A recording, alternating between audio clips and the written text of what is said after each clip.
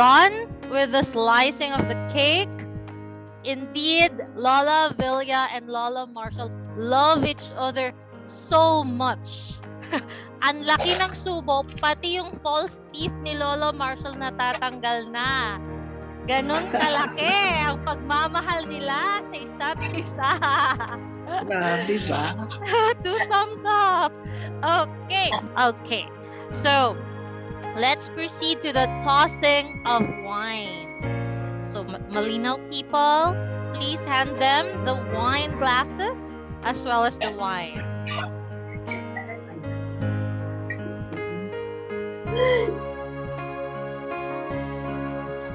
Lola, pwede kayo tumayo?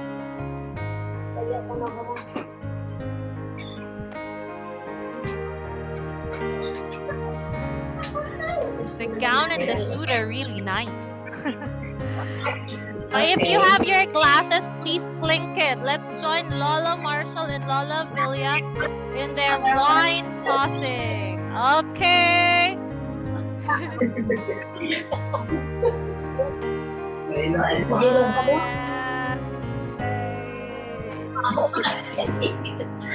Yes.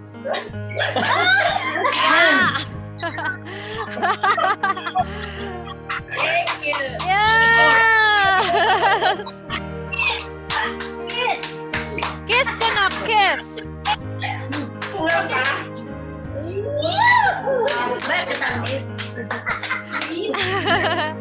Alright, thank you for that one, Lola and Lolo. Alright, so let's proceed. Wow! Manami manla aglor wine. Oo, madali lang tagani ako.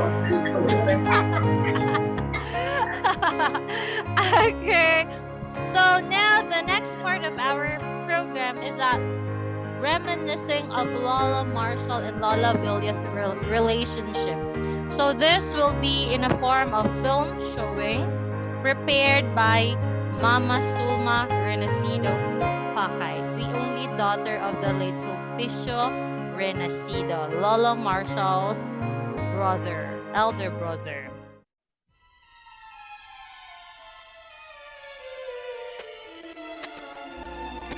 In 1966, Marcial Renecido and Revilla Villanueva met at Poblacion Malinaw, Aklan. Marcial applied his work at Provincial Highways and stayed at the house of Revilla, who is the daughter of the late Lolo Tacoy Villanueva, the vice mayor of Malinaw during that time.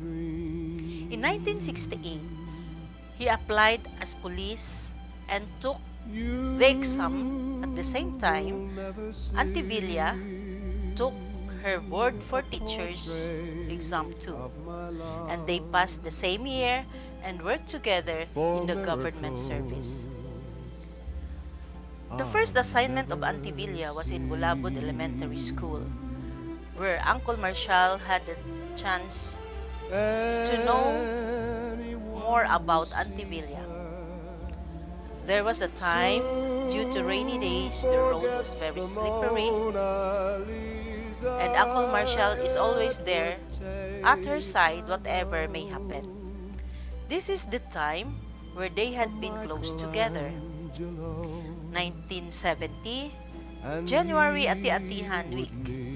The niece of Uncle Marcial, named Jocelyn, the daughter of Uncle Mayulubyo, with Auntie Villa went to Calibo for the Ati-Atihan celebration. After watching the street dancing, they went to the house of Uncle Marcial's brother, Solving, my father, and have their lunch.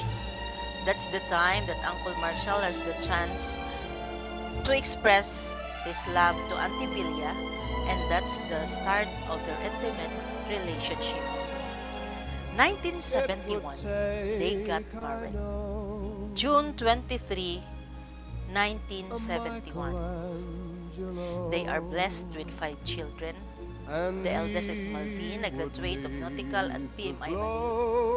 Married to Mary Grace de la Cruz, teacher of Bulabod Elementary School, and with their fruits of love, The eldest is Peter, graduated valedictorian at St. Joseph Academy, and now first-year college accountancy with honors at the Garcia College of Technology.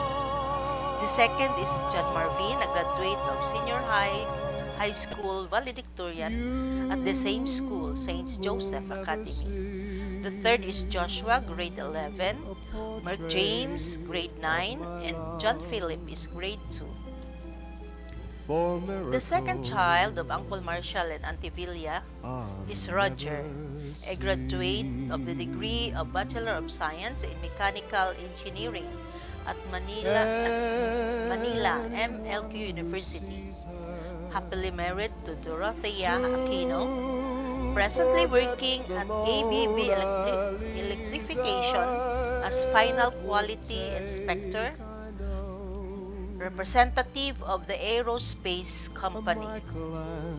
They are residing at Montreal, Canada. The third is Marjorie, a graduate of elementary education, MLQ University, Manila, a registered licensed teacher. The fourth is Marivi, a graduate of computer technology at TUP Manila, and married to M. Paul Villanueva, a musical director and administrator of LRC International School, Christian School. And Marivi is the head of computer studies and administrator at the same time in the same school. They are blessed with 3 children, Maya Bell, Crystal May, Pierre Marcos. And the youngest is Mark. Mark is a graduate of Bachelor of Science in Electrical Engineering at TUP Manila and Garcia College of Technology. He is connected at the Bright Maritime Corporation as Electro-Technical Officer. Blessed with 2 children, Rena Merle, grade 9, with honors, and awarded as singer and dancer at the Aklan Catholic College, and Marik, grade 7.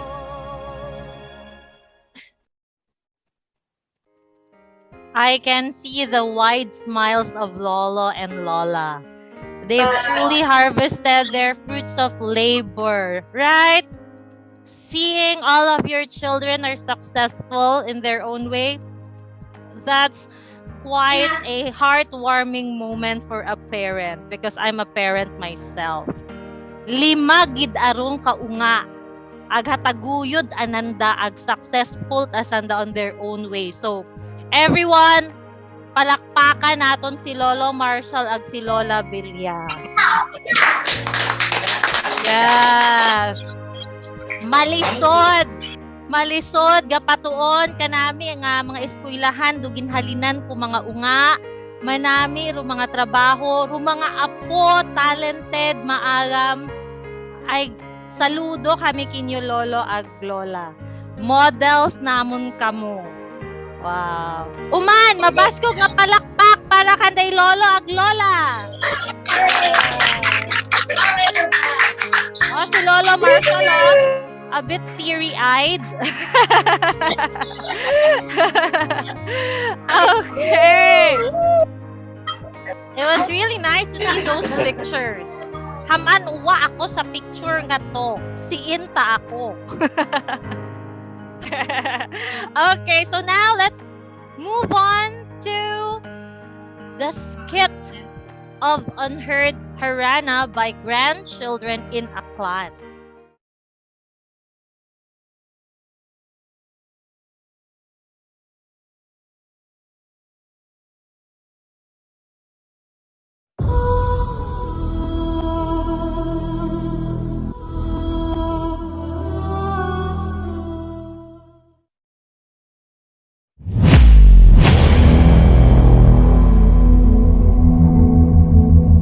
This is a story of 2 blessed souls who encountered a silent love which is a richer meaning than preaching of one's emotion to the significant other.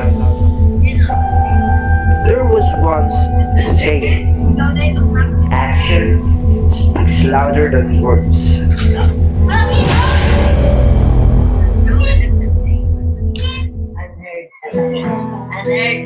The love story of two inseparable lovebirds began in the year 1966. The maiden was in Manila for settling her course, which is education, and then went back home afterwards. She was the cashier attendant of their very own sari sari store. She has many suitors. Most of them are her regular customers, but however, all are drunkards. She does not hate drunkards. Not to mention, in her eyes, they are a very great asset to the business. Several days later, there was a construction to be done in their front yard. A group of bachelors came together to work for the construction site. There was one who stands out among them. This young man is the son of the closest friend of the maiden's father. During lunchtime, the man had brought rice grains which he offered to the maiden. This was their first encounter. A week later, our wise protagonist did not come over to work because he wants to avoid any riots that may happen. It is because he was favored by the maiden's father. His co-workers are jealous of him because they go to the extra mile in the heat while he was with the vice mayor in the shade. After 2 years, a sudden change came through. A friend of the maiden came to invite her to come to the party later. The maiden refuses because the person she hates will be there also, but her friend told that she would be partnered to a new police recruit. In the party came with great shock. The new recruit was the young man she met way back 2 years ago. She agreed to dance with him.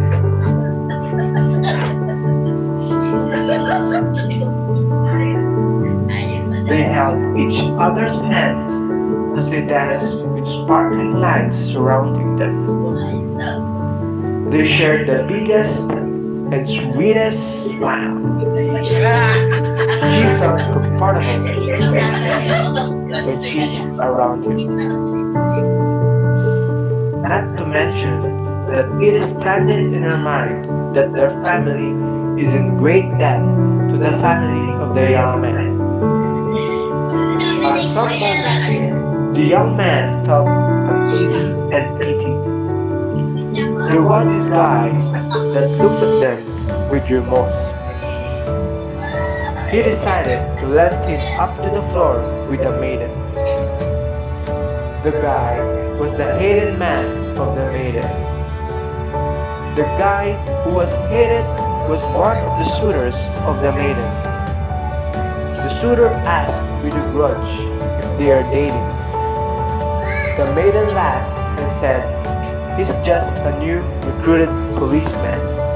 That night served as a catalyst for the maiden and young man to develop their connection into an intimate relationship. The maiden was assigned to Bulabut Elementary School to teach. The transportation system in the earlier days to get to Bulabut is to commute to Kalibo, then to Banga, and then to the destination. The young man knows this kind of information, and then he waits for the maiden at Kalibo to accompany her on her way. A kind of gentleman fellow that made the maiden fell in love. Then came the day. The boy confessed his love to the maiden in his brother's birthday party. They got married and are blessed with 5 adorable kids.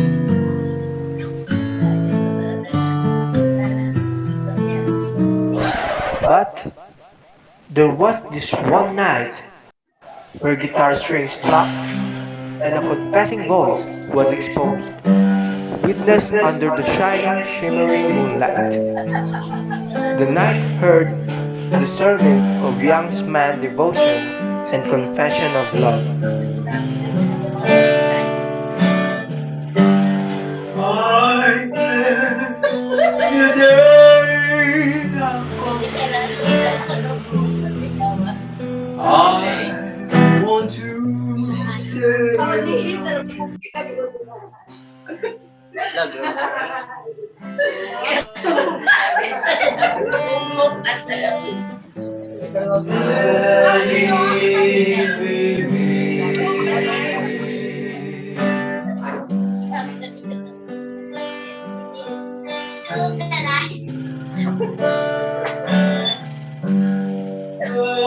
take this hand of mine. If you must cling to someone now and forever,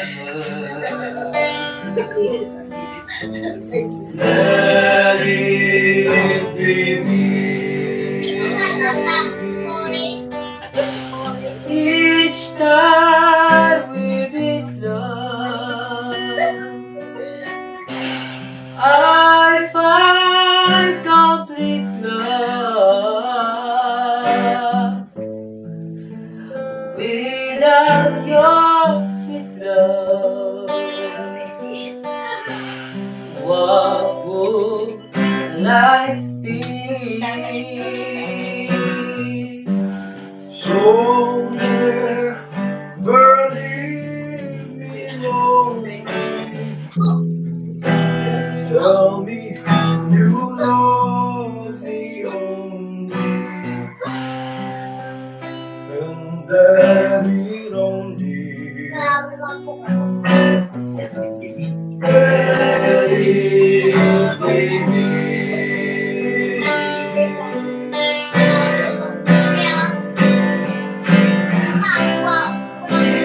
shall we meet love. I find complete love.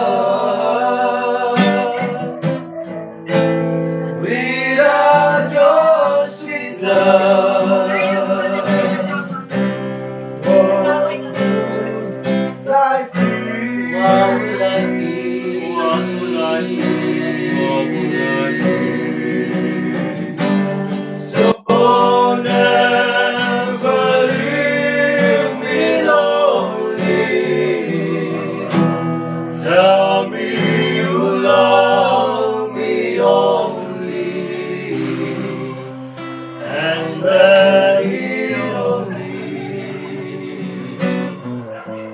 Let it be me.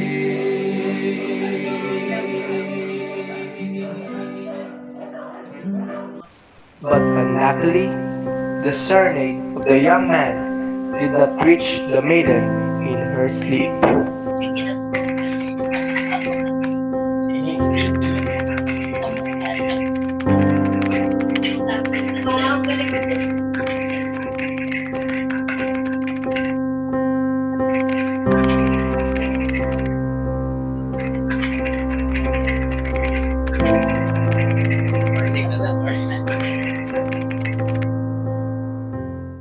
Tumatawa nagkaranaman pa.